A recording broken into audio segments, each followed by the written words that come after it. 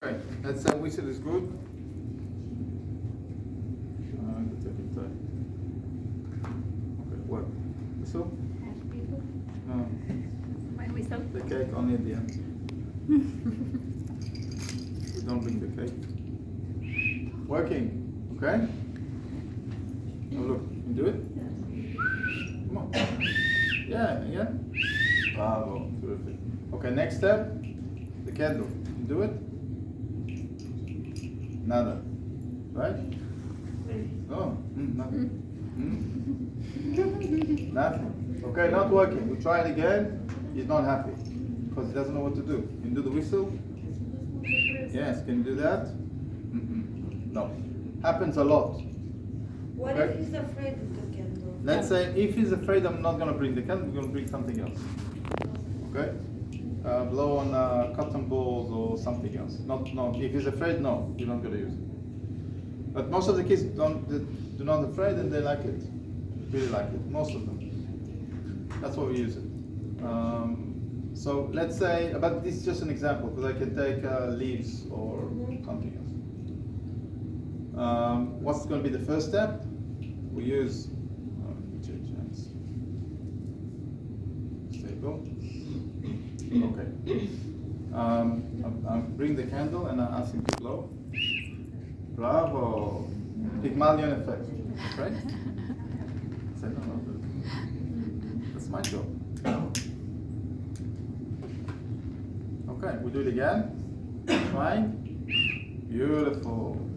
And we do it again. Now he starts believing that he can do it. Yeah. Bravo. Not timing, not bad timing, but doesn't matter. He still believes. That's what's important. Okay, ready? Aha! Gotcha. Tricked her. See, she didn't know that. So we do it a few times. He's blowing the whistle and then blowing it off, blowing the whistle. He believes that he can do it. Next time, the third, fourth time, I bring it closer and then I'm not putting it in his mouth. But he started the process because he can blow the air out. You just don't bring the whistle to the mouth. You take it in the last second, not second, it's millisecond, and then the process is already running. If the candle is here, the candle is out.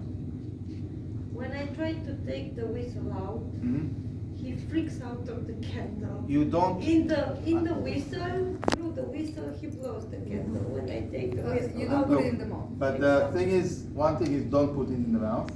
Okay. You don't put it in the mouth. It needs to go out of the mouth. It's not going out of the mouth. It goes towards the mouth and up and away. Okay. This is one thing. The other things, you don't jump with the candle here, otherwise it's going to be afraid. Okay?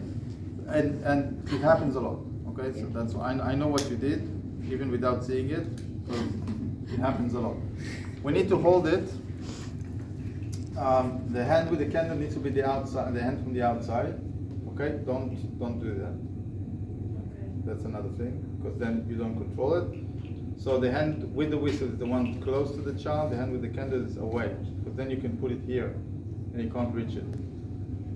Okay? If it's the other way around, if it's like that, It's the right way around. if you do that, now you're stuck. Okay. You're stuck. Because if you want to bring this, you're stuck. So, we do that. Easier to control, the other way. Okay? We do it once, beautiful. We do it twice. We do it 3 times. We do it 4. She doesn't know. We do it 5. And then it works. Okay? But we can't jump. We need to bring it closer, but we can't jump. And this needs to go here, whoops, and away. If it's in the mouth, and I try to take it, he might, Yeah. then it's not working. Tends to. He tends to bite it. So You it have needs to to keep go, whoops, and away. It needs to be smooth, but you need to practice it a lot in order to get the movement. You can't do it all the time because it needs to be surprised. If you can try to do it all the time, he knows what's going to happen. He's not going to blow the whistle. He's going to do that. What you're going to do? I don't know. I'm not going to do anything. Okay? So you need to surprise him. So you can do the trick only once every 4 or 5 times when he's not ready. When it happens, If it happens to him twice, 3, 4 times, then he starts controlling blowing without the whistle. And that's the transition between level 2 to level 3. And this transition, again, it's critical. Because blowing without the whistle, it means controlling the blowing without an instrument. That's a step towards producing sound. Următorul pas, presupunem că copilul poate să sufle acum bine în fluier și în alte accesorii. Următorul pas este să sufle în lumânare. Și ce se întâmplă de regulă este să aducem lumânarea și să rugăm copilul să sufle și el să nu facă nimic. Pur și simplu să nu încerce să sufle. Pentru că nu știe cum să sufle în lumânare, nu știe să planifice mișcarea pentru suflatul în lumânare. Așadar, ce putem să facem este să folosim fluierul.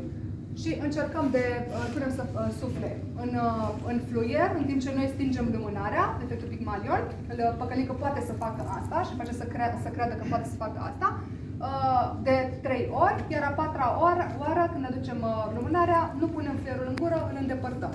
Și copilul va gândi că poate să facă asta pentru că a tot reușit, a văzut că reușește și va sufla în lumânare. Uneori nu se întâmplă chiar din prima încercare, dar e nevoie să le expunem.